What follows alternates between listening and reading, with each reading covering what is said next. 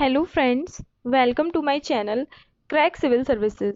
Friends, आप सभी लोग मेरे बारे में सब कुछ जानते हैं। मैंने ऑलरेडी आप लोगों को अपने बारे में इंट्रोडक्शन दे रखा है। मेरा सिलेक्शन वर्क ऑफिसर की पोस्ट पर हुआ था यूपी पीसीएस 2017 वाले एग्जामिनेशन में। उसके अलावा फ्रेंड्स, मैंने 4 से 5 एग्जामिनेशंस और क्लियर किए थे। मेरी एक स्ट्रेटेजी रही थी मेरी ये स्ट्रेटेजी रही थी कि मैं डेली करंट अफेयर्स पढ़ती थी और उसके मुझे कुछ इंपॉर्टेंट टॉपिक्स जो लगते थे मैं उन्हें नोट डाउन कर लेती थी और ज़्यादा से ज़्यादा बार रिवाइज करती थी। फ्रेंड्स, मैं आप लोगों के साथ और ज़्यादा कनेक्टेड होना चाहती हूँ, इसलिए जो डेली टॉपिक्स मैं पढ़ती हूँ मुझे लगता है बहुत ज़्यादा इंपॉर्टेंट है एग्जामिनेशन पॉइंट ऑफ व्यू से, वो मैं आप लोगों के लिए लेकर आऊँगी।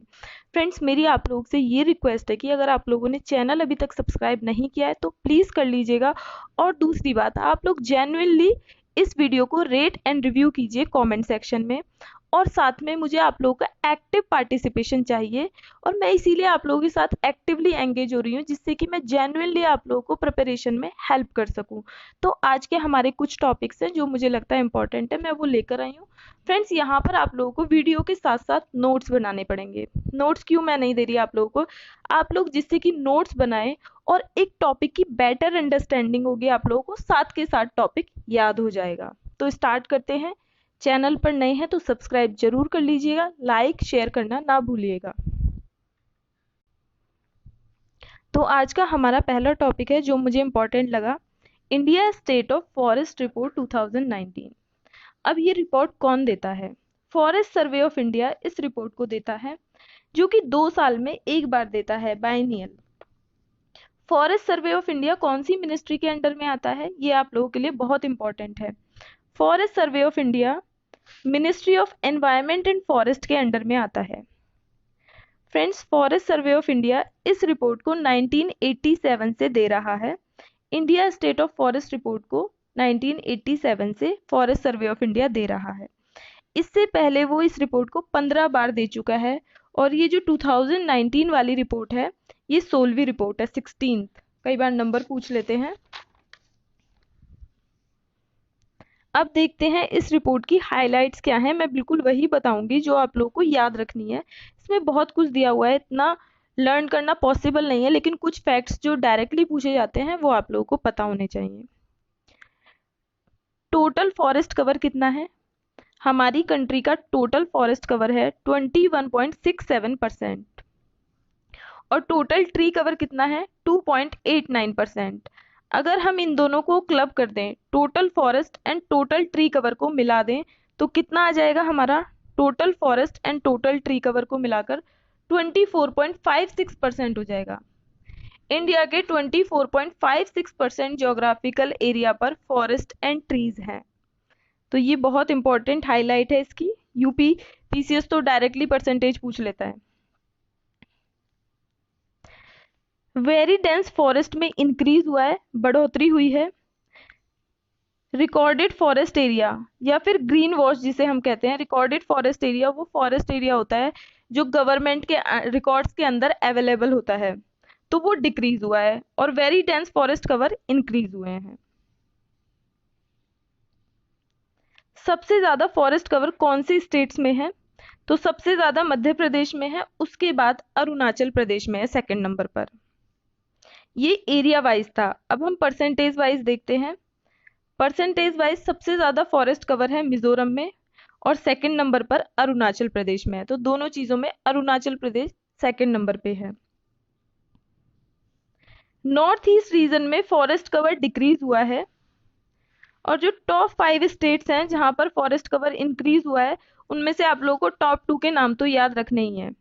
तो कर्नाटका में सबसे ज्यादा फॉरेस्ट कवर इंक्रीज हुआ है, उसके बाद सेकंड नंबर पे आंध्र प्रदेश में।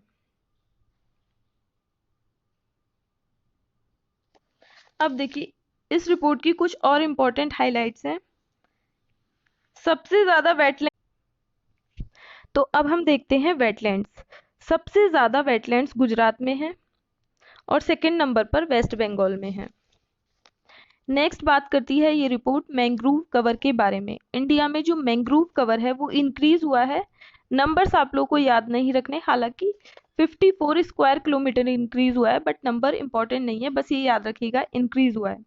सबसे ज़्यादा मैंग्रोव वेस्ट बंगाल में है। आप लोगों ने सुंदरबन डेल्टास के बारे में पढ़ा होगा, वहाँ पर बहुत ज़्यादा मैंग्रोव्स पाए जाते हैं।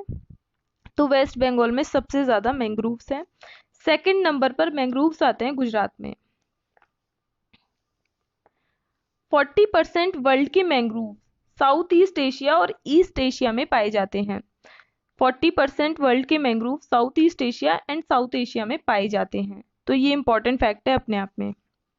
फॉरेस्ट फायर, 21.4% इंडिया के फॉरेस्ट ऐसे हैं जो कि प्रोन है फॉरेस्ट फायर के, जहां पे आग लग सकती है। और ज्यादातर फॉरेस्ट फायर्स कहाँ पर होती हैं? ओपन फॉरेस्ट में होती हैं। देखिए वेरी डेंस फॉरेस्ट में फॉरेस्ट फायर उतनी ज्यादा नहीं होती, ओपन फॉरेस्ट में सबसे ज्यादा फॉरेस्ट फायर होती हैं। कार्बन स्टॉक के बारे में बात की गई है, इस बार बायोडायवर्सिटी के बारे में बात की गई है। सबसे ज्यादा बायोडायवर्सिटी वेस्टर्न घाट्स में है, सेकंड नंबर पर नॉर्थ ईस्टर्न स्टेट्स में है। ये अपने आप में इंपॉर्टेंट क्वेश्चन बनता है, ज्योग्राफी में भी एनवायरनमेंट में भी पूछा जाता है अरेंज करने के लिए। बैम्बू कवर के बारे में भी बात की है, बैम्बू कवर भी इंक्रीज हुआ है और सबसे ज्यादा बैम्बू कहाँ पर पाए जाते हैं? मध्य प्रदेश में।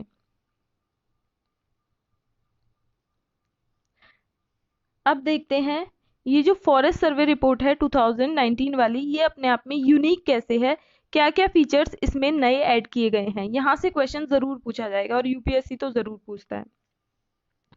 देखिए इसमें पहली बार बायोडायवर्सिटी का असेसमेंट किया गया है इंडिया में। पहली बार फॉरेस्ट फायर के बारे में बात की गई है, पहली बार फॉरेस्ट फायर के बारे में असेसमेंट किया गया है, वेटलैंड्स के बारे में असेसमेंट किया गया है, एक रिफाइंड फॉरेस्ट मैप बनाने की कोशिश की गई है। ये भी देखा गया है कि जो फॉरेस्ट कवर है माउंटेन स्लोप्स पर कितना फॉरेस्ट कवर है, फॉरेस्ट कवर ऑन स्लोप्स। अब देखिए जितना ज्यादा फॉरेस्ट कवर होगा स्लोप्स पर, उतने ही ज्यादा हमारे जो माउंटेन्स हैं वो स्टेबल होंगे।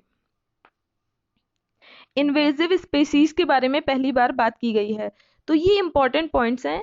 मैंने पूरी फॉरेस्ट सर्वे रिपोर्ट आप लोगों को पढ़ के बताई, इससे इंपॉर्टेंट पॉइंट्स बताई। ये बहुत लंबी रिपोर्ट है लेकिन जितना बताया है उतना सफिशिएंट है, एक बार आप लोग नजर मार सकते हैं इस पर। नेक्स्ट टॉपिक जो मुझे इंपॉर्टेंट लगा, क्लाइमेट चेंज परफॉर्मेंस इंडेक्स। ये अपने आप में बहुत इंपॉर्टेंट है, नोट करते चलिएगा, कुछ की पॉइंट्स में जल्दी से खत्म कर दूंगी।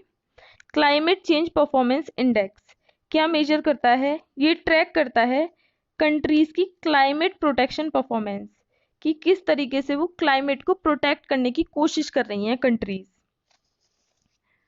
कौन कौन से ऑर्गेनाइजेशंस मिलकर इसे पब्लिश करते हैं?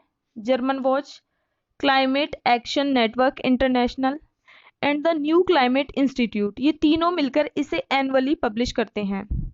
ये इंडेक्स 57 कंट्रीज को कवर करता है और साथ में यूरोपियन यूनियन को कवर करता है। इसमें 14 इंडिकेटर्स देखे जाते हैं जो कि 4 कैटेगरीज में बटे हुए हैं।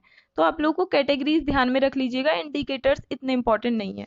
14 इंडिकेटर्स हैं जो कि 4 कैटेगरीज में है। कैटेगरीज मैं बता देती हूँ, green house gas emission, renewable energy, energy, climate policy.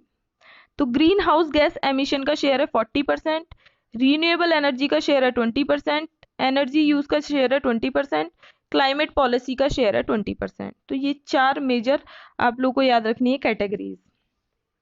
अब देखिए इसकी हाइलाइट्स देख लेते हैं। ये टॉप 3 पर किसी को नहीं रखता है, टॉप 3 रैंकिंग किसी को नहीं दी जाती है, क्योंकि कोई भी कंट्री अभी भी पेरिस एग्रीमेंट के क्लोज नहीं है। जितना उन्होंने पेरिस एग्रीमेंट में प्रॉमिस किया था करने के लिए, अभी तक कोई भी उतना अचीव नहीं कर पाई है। तो इसलिए टॉप 3 पोजीशंस खाली रखी जाती हैं। 4th पोजीशन पे कौन है? स्वीडन है, और 5th पोजीशन पे है डेनमार्क। अब आप लोगों को याद रखना है इंडिया का इसमें बहुत अच्छा परफॉर्मेंस है। इंडिया की रैंक है 9th।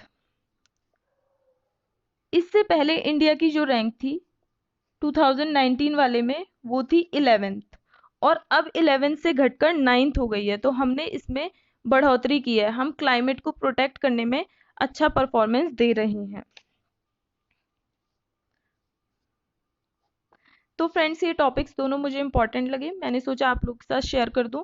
मैंने शॉर्ट्स में बता दिया और पूरी चीज़ें कवर कर ली हैं, तो आप लोग के क्वेश्चंस इजीली हो जाएंगे, प्रीलिम्स मेंस दोनों के ही। तो friends thank you so much, good night.